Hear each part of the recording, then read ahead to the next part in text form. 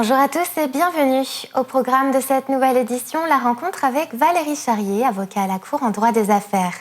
L'occasion pour nous de revenir sur le rachat de société et toute la complexité que cela implique pour les associés. Valérie, bonjour. Bonjour. Merci beaucoup d'être présente.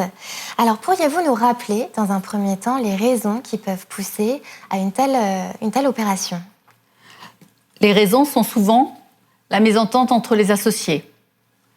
Donc, on peut être déjà dans un cas d'exclusion, mais ça n'est pas toujours le cas. On essaie, en amont, de prendre la décision en bonne intelligence, mais c'est également le cas quand le capital est trop élevé, ce qui permet de réduire le capital et aux associés de récupérer de l'argent à ce moment-là, et également en cas de refus d'agrément du cessionnaire.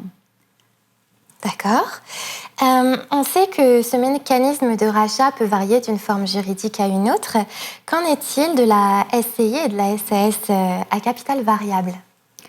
Le rachat par la société de ses propres titres dans le cadre d'une SCI ou d'une SAS à capital variable s'intitule le retrait. Pourquoi le retrait ? Parce qu'il est d'ordre public.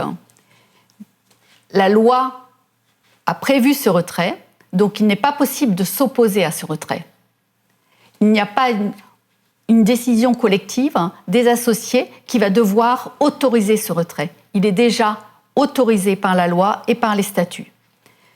La difficulté qu'on va avoir dans ce style d'opération, c'est uniquement la fixation du prix. D'accord. Mais souvent, dans les statuts, il est déjà prévu les modalités de fixation du prix départ pour les SCI en cas de départ d'un associé. Très bien. Et qu'en est-il par exemple des SARL et des SAS classiques ? Pour les SAS classiques, là on parle vraiment du rachat par la société de ses propres titres en vue de les annuler. Donc ce qui conduit à la finalité, à une réduction du capital. Souvent les associés veulent conserver, quand il y a un retrait d'associés, même de façon amiable, les associés veulent conserver le même équilibre dans le capital, dans les droits de vote. Donc, dans ce cas-là, là encore, la question est de fixer le prix de rachat. Pour fixer le prix, l'intérêt, c'est d'avoir une évaluation du prix faite par anticipation, par l'expert comptable qui s'occupe de la société. Très bien. Y a-t-il des formes juridiques pour lesquelles cette procédure est plus ou moins complexe ? Oui, la forme juridique la plus complexe, c'est évidemment dans les SAS, puisque suivant la façon dont les statuts sont rédigés, on peut avoir beaucoup de difficultés.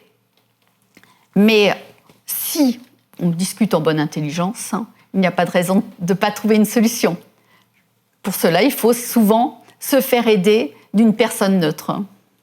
Comme un avocat, par exemple. Par exemple.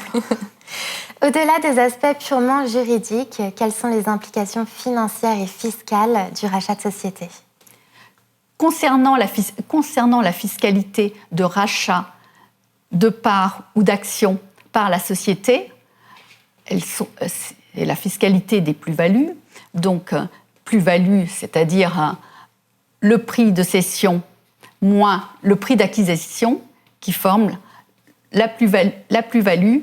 Et après, il y a une imposition sur les plus-values. D'accord, très bien. Autre question maintenant, est-ce qu'il y aurait des pièges à éviter pour entreprendre ou entrevoir, en tout cas, ce type d'opération ? Bien sûr, le piège à éviter, ce serait de se lancer dans une telle opération sans avoir vérifié si la société a les fonds propres pour pouvoir racheter les parts de la personne qui souhaite partir, puisque dans ce cas-là, elle pourrait se trouver avec des disponibilités trop insuffisantes pour la société pour faire face au fonds de roulement. Y a-t-il d'autres pièges ? Bien sûr, l'autre piège, ce serait de constituer une société par action simplifiée à capital variable en se disant qu'on peut éviter la procédure de publicité pour faire courir le délai d'opposition des créanciers. D'accord. C'est un piège très important puisque quand les associés d'une SAS à capital variable se retirent, ils sont responsables pendant une durée de 5 ans. Oui. Ce que peu savent. Et donc, ce n'est pas parce qu'ils sont sortis de la société Qu'ils n'en sont pas moins responsables. qu'ils n'en sont pas moins responsables. Alors que cette responsabilité n'est pas du tout sur les associés des SAS classiques. Ah, donc c'est vraiment une information à avoir en tête. Tout à fait. En pratique, quelles sont les étapes clés, les documents à réunir pour envisager un rachat? Pour envisager un rachat, il faut récupérer les statuts de la société, vérifier qu'il n'y a pas de pacte d'actionnaires qui pourrait engager les personnes à conserver leur part ou action, vérifier également qu'il n'y a pas eu avant des apports de titres. Là encore, il y a une durée de détention suivant les opérations qui est plus ou moins importante, et donc ne pas risquer de perdre les avantages fiscaux de telles opérations en effectuant des rachats par la société de ses propres actions de façon inopinée. Enfin, Valérie, auriez-vous un dernier conseil à adresser aux personnes qui nous regardent et qui seraient peut-être intéressées par un rachat ou qui sont concernées du moins par la sortie d'un associé? Bien sûr, surtout de ne jamais envenimer les choses, toujours avoir des rapports corrects avec les associés. On obtient beaucoup plus en étant gentil qu'en se brouillant avec les associés. Et surtout de se rapprocher d'un avocat. Merci beaucoup Valérie. C'est ainsi que s'achève cette émission. Je vous retrouve très bientôt pour de nouveaux rendez-vous partenaires. À bientôt.